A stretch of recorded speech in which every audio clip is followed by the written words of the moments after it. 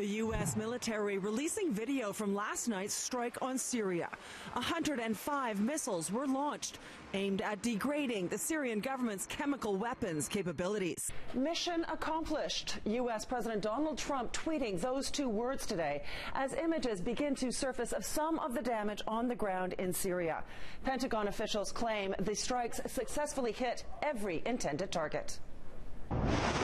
They've lost a lot of equipment, they've lost a lot of material, and it's going to have a significant effect on them. So I think the words cripple and degrade are good, accurate words. The airstrikes targeted 3 specific sites: a chemical warfare technology center near Damascus, a chemical weapons storage site near the city of Homs, and a command post.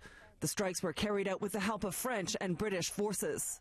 It was both right and legal to take military action, together with our closest allies, to alleviate further humanitarian suffering by degrading the Syrian regime's chemical weapons capability and deterring their use. The airstrikes were in response to an alleged chemical attack carried out last weekend in the city of Douma that left dozens dead and hundreds of others foaming at the mouth and gasping for breath. The assault allegedly authorized by Syrian President Bashar al-Assad's regime.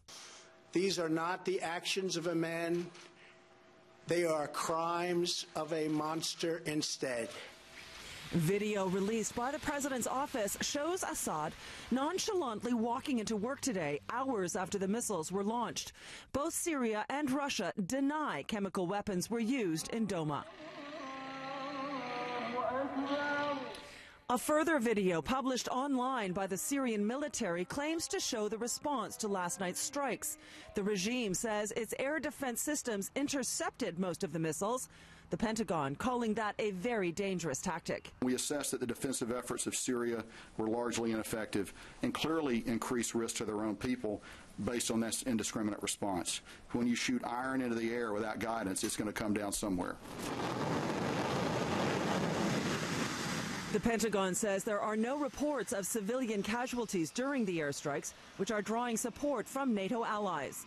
Prime Minister Justin Trudeau calling the actions unfortunate but necessary during a sit-down with U.S. Vice President Mike Pence in Peru. This is something we cannot accept. The use of chemical weapons on civilians, and the international community needs to continue to stand extremely strong as we continue to hold Syria accountable for this. The U.S. carried out similar strikes 1 year ago in response to sarin gas attacks in Syria. Pentagon officials say this round of missiles was a one-time shot, but they are prepared to do it again if the Assad regime continues to use chemical weapons.